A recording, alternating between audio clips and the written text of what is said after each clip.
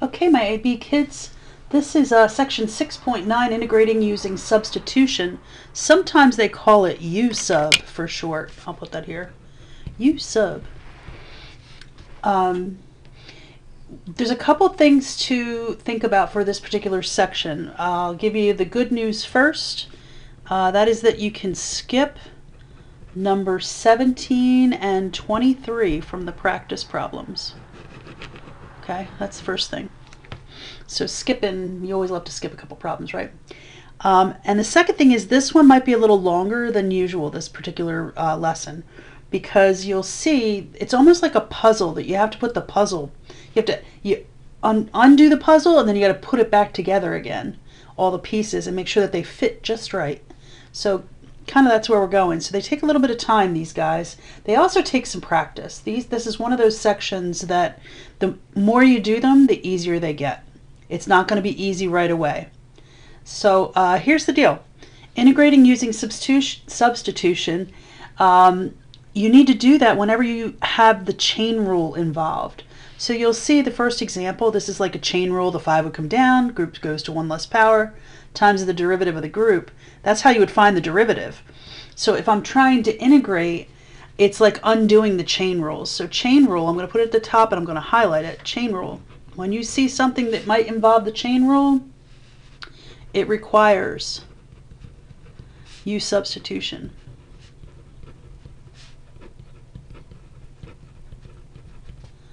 All right, so that is our big deal for this section. Chain rule requires U-substitution. Like how I highlight, I'm kind of coloring. That's pretty messy. All right, well, you know. All right, so remember the chain rule? We have something similar when we take antiderivatives. It's called U-substitution. Do I feel like I've written that quite a few times in the last couple minutes? Yes. U-substitution. Look at the integrand and think about taking the derivative. If the derivative requires the chain rule, then the antiderivative will require U-substitution. All right, before we try some problems, we're going to figure out what part of the equation we're going to call U. You can use any letter that you want, but they use U's with these. So here's what you want to choose. Here's kind of some hints. Does this always work like this? And the answer is no. No, these are just the more popular choices to try first. Parentheses, whatever's inside the parentheses. Choose that to be your U. If there are powers, sometimes the powers will be your U. If there are angles involved, like with trig functions, sometimes the angles will be the U. And whatever's inside of roots. Inside roots. So like if I have the square root of something, I can choose what's inside to be the actual U. So here's how it goes. I'm going to do number 1. Inside the parentheses, this one has parentheses, choose that to be your U. So you call it U is going to equal 3x minus 4. And then you have to find the derivative of that. You have to find du, the derivative of u. And so what's the derivative of 3x minus 4? And you say 3 dx.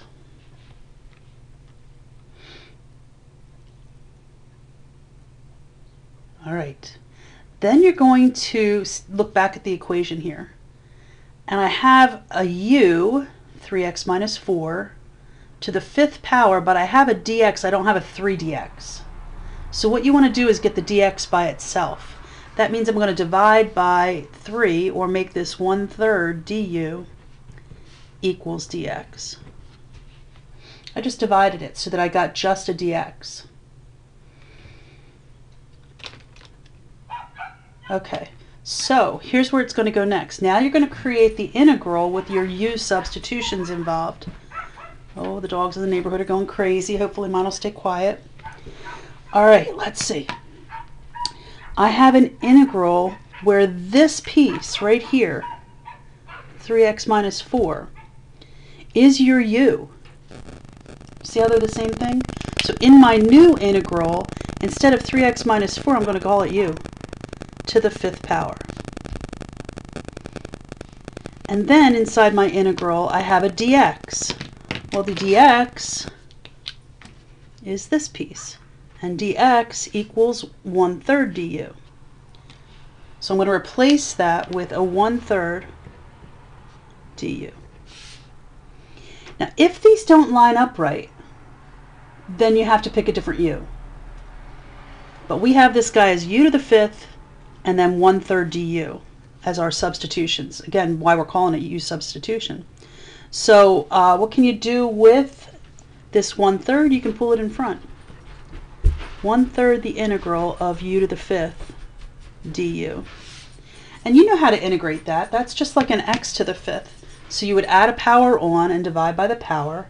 And so I'm going to have the 1/3 that's out in front times the integral of u to the 5th. So it is u to the 6th over 6.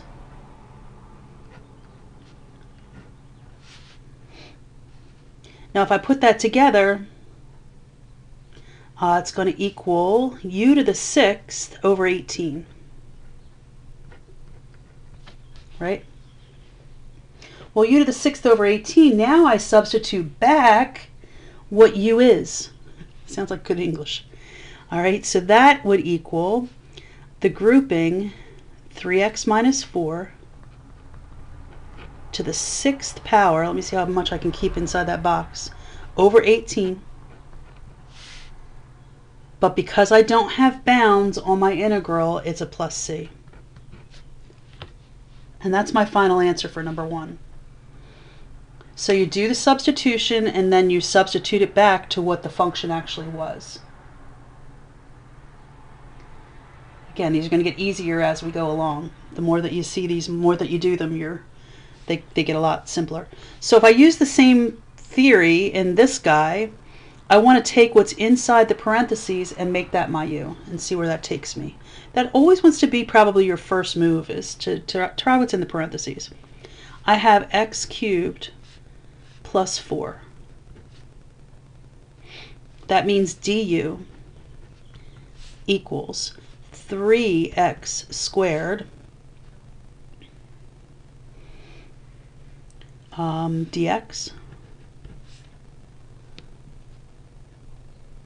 And I look up here and I'm looking at this thing and I actually can make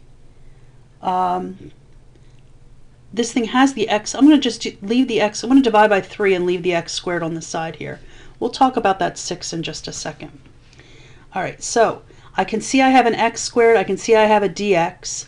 I'm going to make this 1/3 du again, just like I did in that last one, equals x squared dx.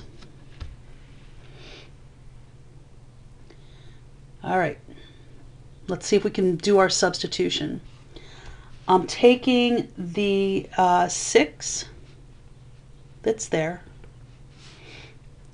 times x squared dx. Now x squared dx are both of these pieces, this piece and this piece. X squared dx equals 1/3 du. So when I make the replacement for these two, I'm replacing it with this. I don't know if the highlighters help or whatever, but those are the same. X squared dx is 1/3 du. And then I have a u to the 5th. Right? Because here's what u is. X cubed plus 4.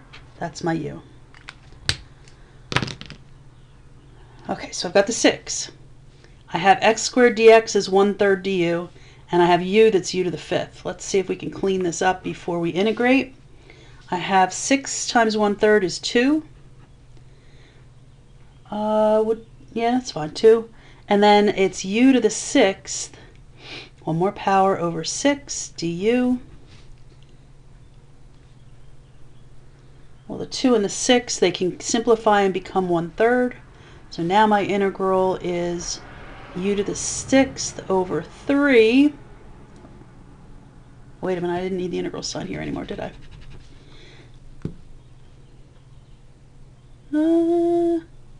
Yeah, actually, u to the 5th. Holy moly, I was integrating and doing all sorts of things at the same time. Yeah, so here, this guy doesn't need the du. The du needs to be over here. Clean this all up. U to the 5th du equals 2 u to the 6th. Oh, I had the du in there anyway. Whew, I want to get it together.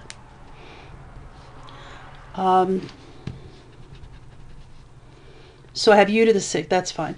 So this became a 2, u to the 5th, du, that I integrated, and that became 2u to the 6th over 6. The 2 over 6 cancel, and here I am now. Now I'm ready to make the substitution back. So that means that this would be u x squared, or x cubed, plus 4, over 3, raised to the 6th power, and then I need my plus c.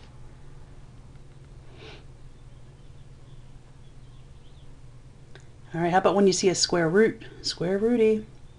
Choose what's in the parentheses. That's been the deal so far. So I'm going to let my u equal, I'm going to call this x to the 1/2 minus 1. Because I know I'm going to have to go derivativing with it, so I don't want to have to deal with the square root. So my du is going to be x to the 3/2. I'm sorry, no it isn't. It's a power come down. I'm going the wrong way. X to the 1/2, the 1/2 comes down, so it's 1/2 x to the negative 1/2. And that, and then the derivative of 1, a negative 1 is just 0. So what does this actually look like? Let's see what this looks like. I would have du that equals 1 over 2 square root of x dx. Or I guess I could also write that. I don't have this, and I look back at what I have originally. This guy, I have a square root in the denominator, I have a square root in the denominator. That's good. What I don't have is the 1/2. So how can I get rid of the 1/2?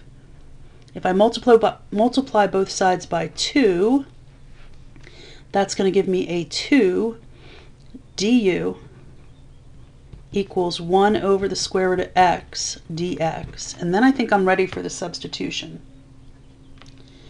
So my square root of x in the denominator dx, that's this, equals 2 du. All right, so in my thing, I'm going to leave a space. I've got a 2 du. Now, I've got a u value that's the square root of x minus 1. That's my u value. And so it's u squared. So I have the integral of u squared times 2 du. Or I'm going to come up here, the integral of 2 u squared du, as we would say it.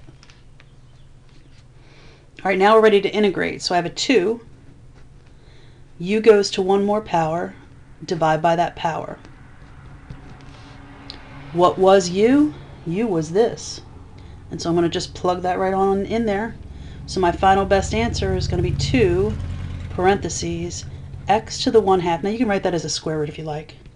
Minus 1 cubed over 3 plus c.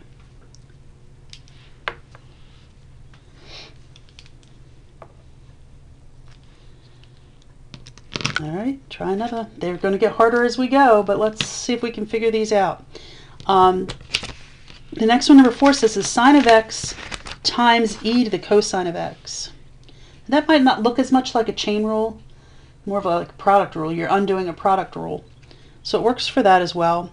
And we said according to this one doesn't have parentheses like the other ones did, but it does have powers.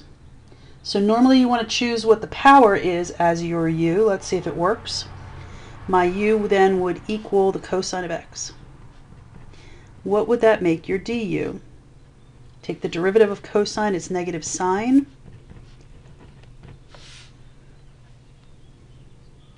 I have a sine of x, I have a dx, I don't have a negative, so I'm going to divide that negative through and make it negative du equals sine of x, so I can make that perfect substitution. That means that the sine of x dx, sine of x dx, is going to be equal to a negative du. So let's see if we can put our integral together, our new integral. Do it here. E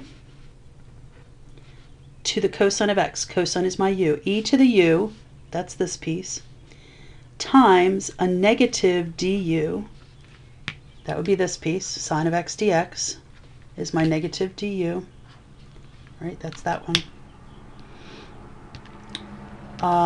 is what my new integral would be. So kind of, if you pretty it up, you're going to try to pull out the negative. Maybe I'll put the negative in the front, e to the u. Gotta love the e function with this because its integral and derivative are one and the same thing. So this would be, when I integrate this, it's going to be just a negative e to the u plus c, which then I'm going to put the u back, e to the cosine of x plus c, and that's your final answer.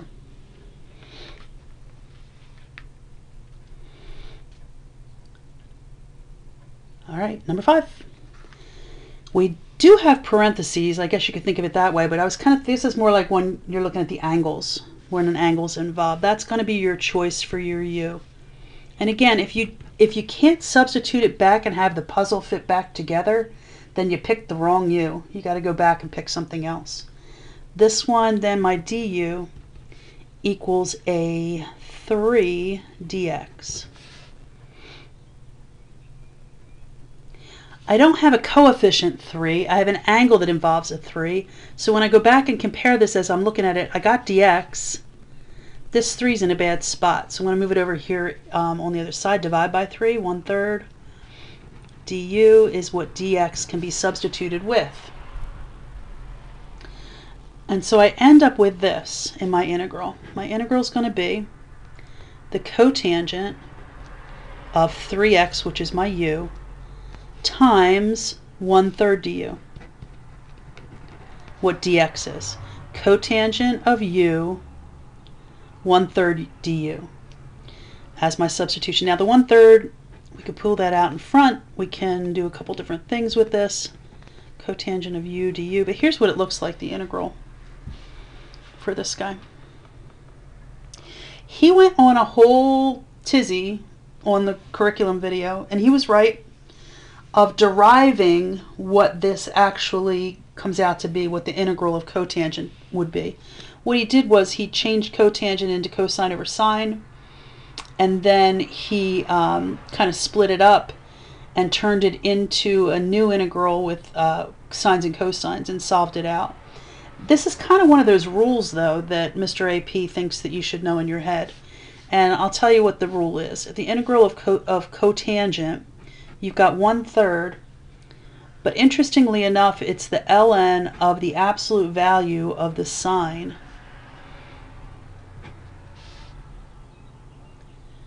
It's just a rule. Now you can go see the derivation of it if you want to watch the video that he's got going on, but that's what it comes out to be. And then of course the plus c, but we need to turn it back into what u was. So really my final best answer is 1/3 the ln of the sine of 3x plus c. Get that plus c in there.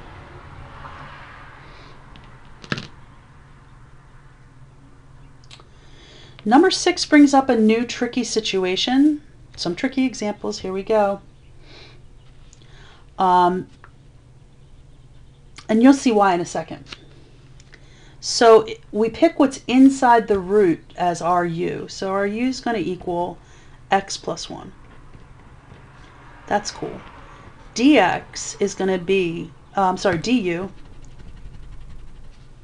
du. The derivative of x is 1. Derivative of 1 is 0. So it's really just du equals dx. So that when I put this together into my new integral with the U-substitution going on, I have x on top, I have the square root of u, I'll leave it at that, and then I have dx is du. And do you see how you run into a jam? in order to integrate this, they all have to be the same variable. And you've got x's and u's all intertwined in this one. And so that gets a little bit more complicated, but here's what you do. There's a trick to it, right? There's always tricks. If I go back to what I let u equal, wouldn't this be the same thing as me saying that x equals, if I solve this, x equals, swing the 1 to the other side, u minus 1. Is that a valid mathematical correlation? And the answer is yeah. And so here's what I've got really in my integral. My integral really can be written as, instead of x, it can be u minus 1 over, I'm going to put it as u to the 1/2, because we know we're going to have to deal with it in just a second. And then du. So I can change the fact that this was an x based off of what I called my u equation. Just solve it for x. Alright, so now how do you find the integral of this? This doesn't look very pretty either. I can split it up before I even try integrating. If I split this up as u over u to the 1/2 minus 1 over u to the 1/2 du, can I simplify those fractions so that I can then integrate? And the answer is yep. If I have 1 minus 1/2, I get 1/2, so this is u to the 1/2, no fraction. And the other one can be written as u to the negative 1/2. Now that's going to help me to integrate these, right? Because now I can add a power on, divide by the power. So u to the 3/2 divided by 3/2, remember how that works with reciprocals. U to the 3/2 divided by 3/2 gives me 2/3 u to the 3/2. If I add a power on, now I'm at 1/2. If I have u to the 1/2 divided by 1/2, that's going to make me have a 2. U to the 1/2. What's u? U is x plus 1. So final answer is 2/3 x plus 1 to the 3/2 minus 2 x plus 1 to the 1/2 plus c.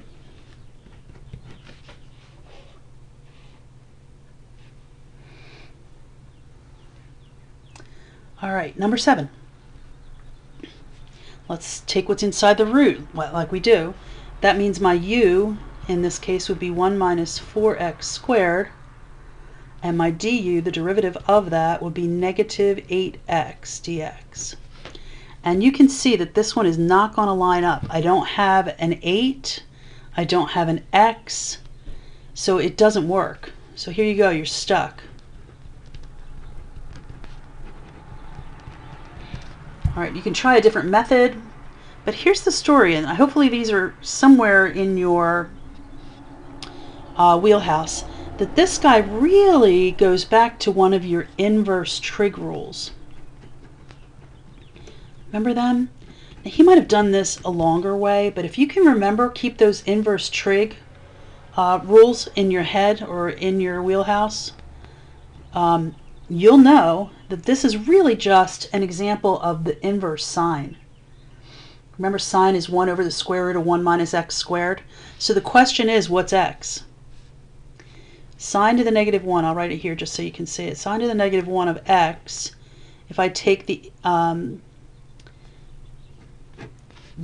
derivative of that, the inverse of this guy, is going to be 1 over the square root of 1 minus x squared.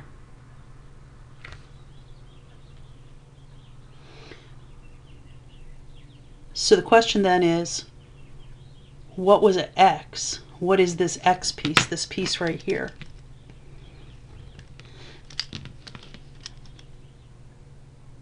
What is it that I was taking and squaring to get to a 4x squared? And the answer is a 2x. I'm trying to think if this is just an x and not a square. I think it's just the x. So I need this location and this location to match. So what would that x be? What in order for me to put a value in here, it's going to be a 2x, because 2x squared is 4x squared.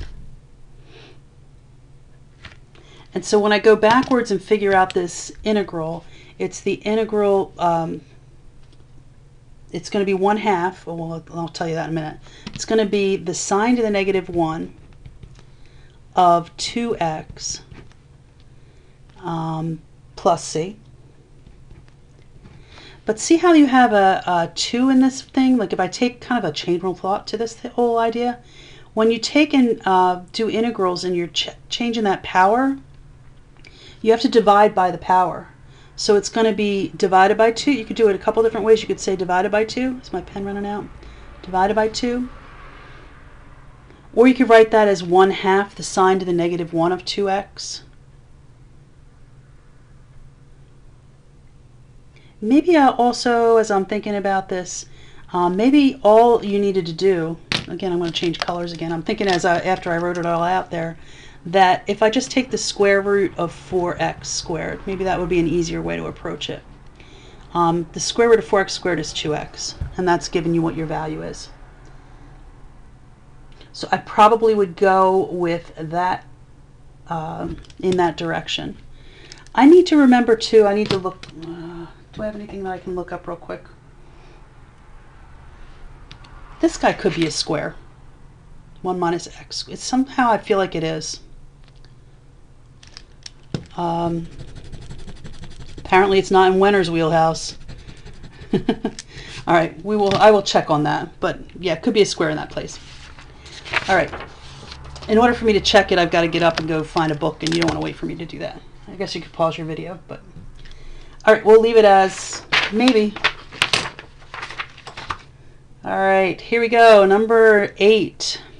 We have 2 to go in the examples. Here's what makes these guys different. You'll notice that these are now with bounds, where all the rest of them have been without bounds. Now, without bounds means you put the plus c at the end.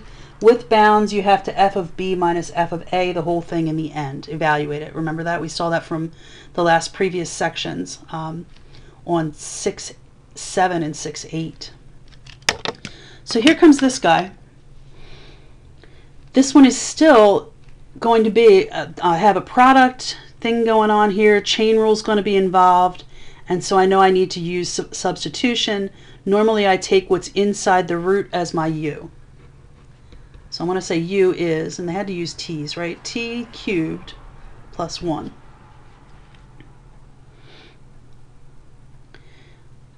That means that du equals 3t squared dt.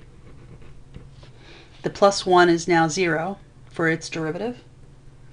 I'm making a comparison. Ooh, I have a t squared. Ooh, I have a dt. I don't want the 3. 3 goes to the other side.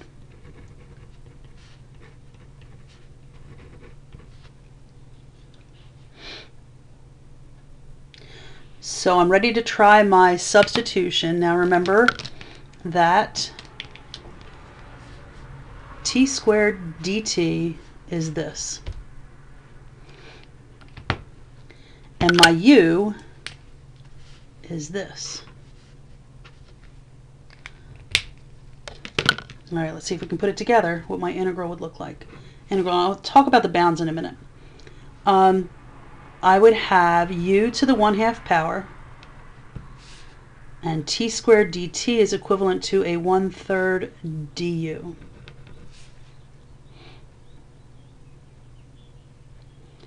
All right, so because I changed these variables, this is if t were 0 and t were 2, but I changed that so that it's now a u situation.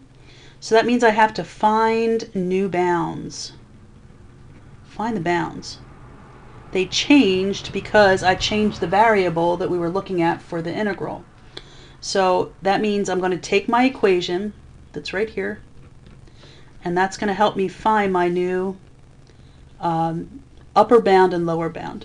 My upper bound was 2, so I'm going to put 2 cubed plus 1. That's 8 plus 1, that's 9. My new upper bound is 9. And then I'm going to do the same thing with my lower bound. 0 cubed plus 1 gives me a 1. And so now I know I'm going from 1 to 9 instead of going from 0 to 2. So you've got to change the bounds. That's the big deal with this guy. When you use U-Substitution, change the bounds. All right, let's clean it up before we integrate it, and then we can f of b minus f of a. So the 1/3 I'm going to put out in front. U to the 1/2, going from 1 to 9, du. So if I antiderivative that, I am adding a power on. The 1/3 stays out in front. Add a power on, that's 3/2. Divided by 3/2 is 2/3. 2/3 u to the 3/2, going between 1 and 9. Can I take... I guess I can't do a whole lot with this thing other than I could multiply these things together to make it slightly better. 2 over 9, u to the 3/2, going from 1 to 9. And they gave you nice numbers. It turned out to be nice numbers because remember how this works.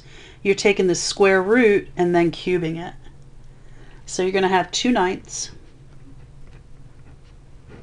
You can just put that out in front of the whole hot mess and then put the 9 in and the 1 in. 9. The square root of 9 is 3. 3 squared, or 3 cubed is 27. If I put a 1 in, the square root of 1 is 1. 1 cubed is 1. So I end up with 2/9 times 26. And that gives me my final answer, which is 52/9. So that's the story, and you don't need C's, remember, because you have bounds. So you've got to change your bounds when that happens. Number 9. Take what's inside the root. That's going to be what we choose to be our u. Let's see if it works. U equals the sine of x. Du then is the cosine of x dx. Sometimes I just keep going and doing the bounds before I put it all together. My new bounds would be u equals the sine of pi over 2. Think about your unit circle, go up to the sine. That's 0, 1, so it's 1. The bottom one is going to be the sine of 0. Well, that's the coordinate 1, 0, so that's 0. Let's see if we can put it all together. The integral from 0 to 1 of, now watch this guy again. I know that my du equals the cosine of x dx. So du takes care of these two. And then what are you doing with that sine? You're square rooting it. So that's like u to the 1/2 power. So I have u to the 1/2 power times du. Well, you just did that problem a couple seconds ago, right? Take it to one more power. U to the 3/2 divided by 3/2 is really 2/3 of u to the 3/2 power going between 0 and 1. By the way, when you do these with the bounds, and you might have noticed this, you don't have to go back and substitute in what u was.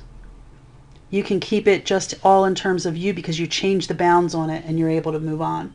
So where in the previous ones where we didn't have bounds, after we figured all this out, we needed to then go back and substitute back what u was. You don't have to do it with these. You might have noticed with that. All right, so this guy's going to be 2/3. If I put a 1 in here, 1 to the 3/2 is 1. If I put a 0 in here, 0 to the 3/2 is 0. And so 1 minus 0 is 1. 1 times 2/3 is 2/3. And that's your final answer for that guy. So there's a flavor. There are all the example problems that go with these U-substitution things. This definitely comes up on the exam. So these are questions, and these actually come into, when you get into Calc BC, you use this quite a bit. So something to be very familiar with. The one I only chose a few problems, but the first one I chose was number 6 because I wanted to show you, like, what do you choose for your U? It's not very evident this time. Not evident at all. And so if I look at this, I'm going to play some trig games with it before. It doesn't fit for me to pick tangent or to pick cosine, so I'm going to change it. Do you remember the tangent sine over cosine? Say yes. All right, so if I separate it, tangent sine over cosine times cosine, my cosines will cancel out. And so really all you're doing is taking the integral of sine. So you didn't even need U-substitution for this guy. So the integral of sine is negative cosine. Doesn't have bounds, so toss a plus c with it. I'm looking at some of these other problems to see if they may be difficult for you. To do. Number 3 is a little goofy. I'll give you a hint as to where the U is, because you see how that one doesn't have parentheses or any of those types of things. This one you're going to let your U equal the cosine of x. Okay, so I'll give you the hint for that guy. As I'm looking at these 6 problems, one of them reminds me of an inverse trig guy. Who would be my inverse trig guy? Number 4, right? So I need to square root the 9x squared, which gives me a 3x. And then this is actually the same thing as the sine that we did in the front. So this one is the sine to the negative 1 of 3x. But because there's a coefficient on the x, remember you're integrating. So instead of multiplying by that constant, you're dividing by that constant. So there's your answer to number 4. You got number 4 out of me too. Number 10 is actually the next one that I chose. Again, number 10 doesn't have anything blatantly in parentheses or powers or any of that stuff. But guess what? He's actually a trig, inverse trig thing too. So, not sine to the negative 1, of course. But this one fits 1 over x squared plus 1. Do you remember who he is? He's your tangent. On the AP exam, they predominantly use inverse tangent and inverse sine as the ones that they use most often. They don't often use, like the cotangent one we talked about earlier, that's not normally on the exam. But tangent to the negative 1 and sine to the negative 1 are real popular as options on here. So this determines, this 25x squared, what goes in the spot for the x. So 25 square root of 25x squared is a 5x. So I have tangent to the negative 1 of 5x, but don't forget there's a coefficient on the x, so I need to divide by that. And then plus c. That's it. So that was 10. See what else I picked. A couple on the next page. Number 16 was next that I picked.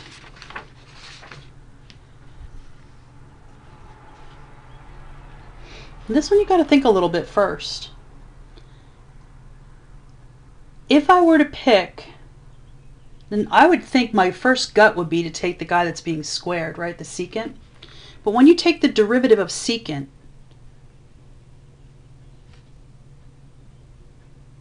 it's actually secant tangent, right? So it's not going to fit as well. If I were to pick my u, I'm going to go here. If I were to pick my u to be tangent, you'll see in a second that this is going to make your life a little bit easier. If I pick tangent of x, what's the derivative of tangent? Secant squared. So it's a direct substitution into this guy. There's no playing around because this whole secant squared x dx is equivalent to just the du. So this turns out really easy if you choose that direction. I do have to play with the bounds, right? Because now I have an a and a b. So I want to know what the tangent, I'm sorry, what the tangent of 0 is, and I want to know what the tangent of pi over 4 is. Negative pi over 4 at that. Well, think about it. Tangent graph, you can think graphically. It goes through the origin 0, 0, so there you go. If I'm at negative pi over 4, I'm down in the fourth quadrant, and I have a square root of 2 over 2, negative square root of 2 over 2, and when I divide them, I get a negative 1. So here's how my setup's going to go. Put it in my integral. Now I have a lower bound of negative 1 and an upper bound of 0 from my new bounds. Tangent of x is what my u is. Secant squared x dx is what my du is. And you see how simple that integral comes out to be. So when I apply the integration rules, I'm taking u to one more power. So that's going to be u squared divided by that new power. And that's going to be going between negative 1 and 0. So then it's just a matter of plugging it in. So if I put a 0 in here, I get 0 over 2. If I put a negative 1 in there, I get negative 1 squared, so that's positive 1. I get minus 1/2. And so ultimately, this is a 0, of course. I end up with negative 1/2. So the pieces of the puzzle fall into place really well when you pick the right u. Is there a different way to do it? Sure there is, but this is probably the easiest one. So you kind of almost have to think ahead as you're doing these as to, geez, what's going to work for this? Number 20 is my next one. And then I'll do a test prep. Let me see what else I've got. Just one test prep. So 2 problems to go. Number 20. I guess the more I do, the less you have to do too, so that's not a bad thing. All right, let's see. What I'm going to do with this one, you'll see, this is totally different than the ones that I've done before, and I think I'm going to go into this box to do it. By the way, this looks really beastly, but if I take the x cubed plus 3x squared, I end up with a derivative of 3x squared plus 6x, which you can manipulate that top into. So it's not as horrible as it seems, but this one is different than the rest that we've seen so far. What I'm going to do is separate it into 2 separate integrals. I'm going to start it over here. This is this number 20, but I'm going to use 19's box. All right, I have 0 to pi. Does that tell you that I've got a lot to write? And I have a 2 constant I'm going to bring out in front, and then sine of x dx. I'm splitting it up like I can split up a polynomial. The second one, the 2, is attached to the angle, so I can't pull it out like I did with the first one. He's going 0 to pi sine of 2x dx.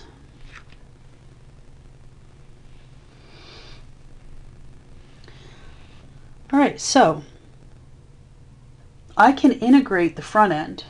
There's no issues with this. There's no chain rule involved. It's just a regular old sine of x. And so I can say that if I were to antiderivative this thing, I would have 2. I'd have the integral of sine is negative cosine, and it's going between 0 and pi. Done.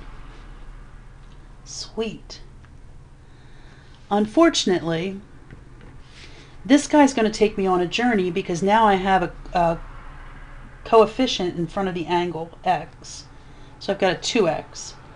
So now I've got to do my whole, because chain rule would be involved, I've got to do my substitution. So I'm going to let u equal, I'm going to come over here, u is going to equal 2x, du is therefore going to be a 2 dx, and if I look at my substitutions here, I don't want I have the dx, I don't have a 2. Actually, I should be looking over here. I have a dx, I don't have a 2, so I'm going to move the 2 to the other side and make it 1/2 du. Is what dx can be replaced with. Now if I do that, then I need new bounds.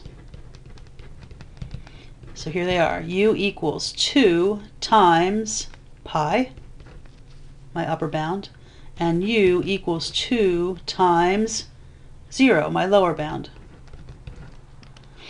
So as I set up my integral, now I'm going to keep it as the integral. When I get ready to get the antiderivative, and I'll put it over here again. So I'm all on a journey about this thing right here. Let's see how it fits. I have an integral of sine is a negative sign. Well, let me put it in here first. The sine of u times 1/2 du when I do my substitution. Again, I'm looking right here. Sine of u is 2x. dx is equivalent to 1/2 du. So I can clean that up just a tad and make it 1/2 in front, the integral of the sine of u du. Now that's going now between 0 and 2 pi.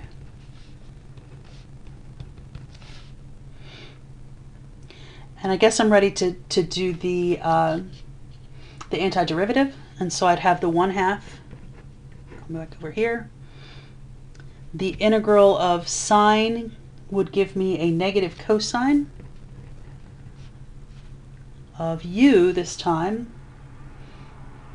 And not that it matters that this guy's in terms of x's and this guy's in terms of u's. And then this is 0 to 2 pi. So let's now go on the trig journey to figure out what this actually is. So this is where I'm solving now. I have 2 times the negative cosine of pi minus the negative cosine of 0, so plus the cosine of 0. Let's just work with him for a minute. If I'm over at pi, I'm at negative 1, 0. And cosine is the x value, so negative negative 1 gives me 1. So I have 2 times 1. Cosine of 0 is 1. So this is plus 1. 1 plus 1 is 2. And 2 times 2 is 4. So 4 is what I get out of the front end of this thing. Let's go to the back end. Plus 1/2. This one's going to give me the negative cosine of 2 pi minus the negative cosine of 0. So plus the cosine of 0. All right, here we go, plus 1/2. If I'm at 2 pi, I'm the same thing as at 0. So that would be the coordinate 1, 0, which gives me a negative 1 for this guy.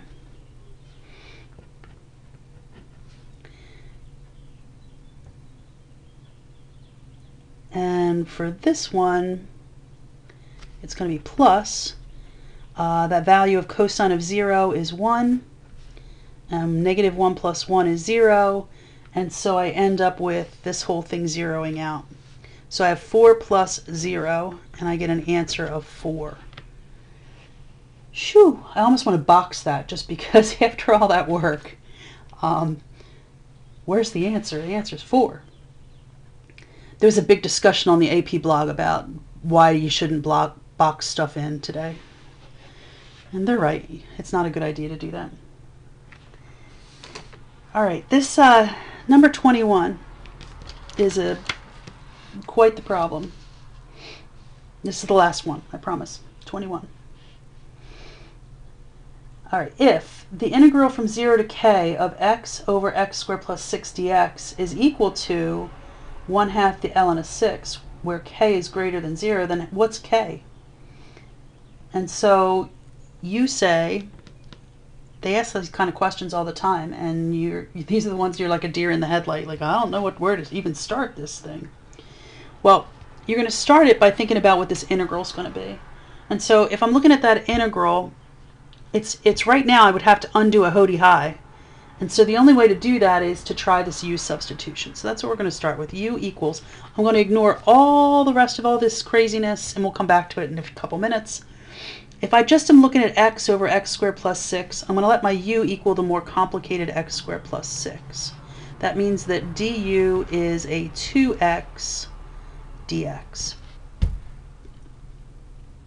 When I look at substituting back, I can see I've got an x and I've got a dx. I don't want the 2. So I'm going to divide by 2. It's going to be 1/2 of du equals the x dx piece.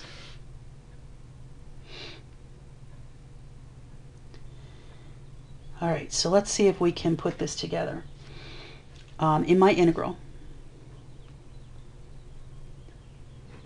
right? In my integral, we'll talk the bounds in a second. I have the x dx is my 1/2 du. And this is my u. So really what I have is 1 over u times 1/2 du. Or I probably would say 1/2 the integral of 1 over u du.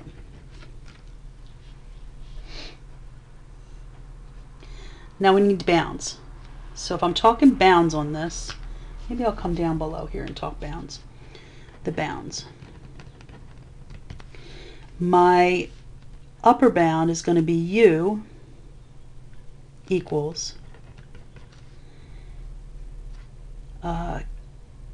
k is going in here. I'm substituting the x for a k. Normally it's a number, so I would put the number in here, 2 squared plus 6, but it's not a 2, it's a k.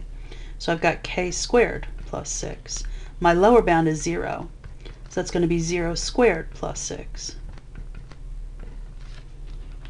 So when I'm looking at my new integral, the integral is going to have a lower bound of 6 and an upper bound of k squared plus 6. And that's what I'm going to then look at. Hold on a minute. Sorry. I got visitors. I know. All right, hi, but I'm recording. Yeah, I'll be back. All right, let me see if I can figure out what the antiderivative of this is. 1 over u is an ln, if you remember the rules for integrating, right? 1 over u. This would be equivalent to, if I were to antiderivative, 1/2 the ln of u going from 6 to k plus 6. And so what does that look like? I'm going to go down below here. 1/2 the ln of k plus 6 f of b minus the ln of 6 f of a. Ooh. And that's what it equals. And you say, all right, now where's that in my answers? And then it's not, because that's where the second piece comes in. The integral, which we just found, all of this, what we just found is this one piece right here. And that equals 1/2 the ln of 6. So what they want us to do is take and set this equal to 1/2 the ln of 6. Which supposedly is going to let me be able to solve for k. So what do you notice about these guys? They've got 1/2, each side has that. I can cancel them out. And it actually comes out kind of interesting. It's going to be the ln of k plus 6. If I have minus the ln of 6 and I take him over the equal sign, now it's going to be plus. What's the ln of 6 plus the ln of 6? And you say 2 ln's of 6. They didn't put theirs in absolute value, but that's okay, same thing.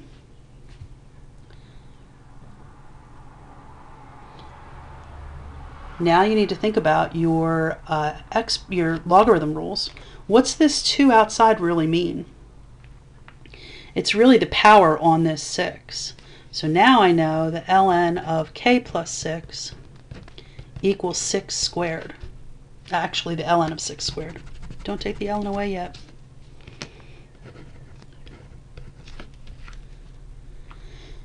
At this point, you've got an equation where you've got ln on both sides, and guess what? Because of the balance of that, you can cancel them out, ignore them. In order for this to equal that, then your k plus 6 has to equal 6 squared. So there you go. Now you're into a place where you can solve this. You've got a k.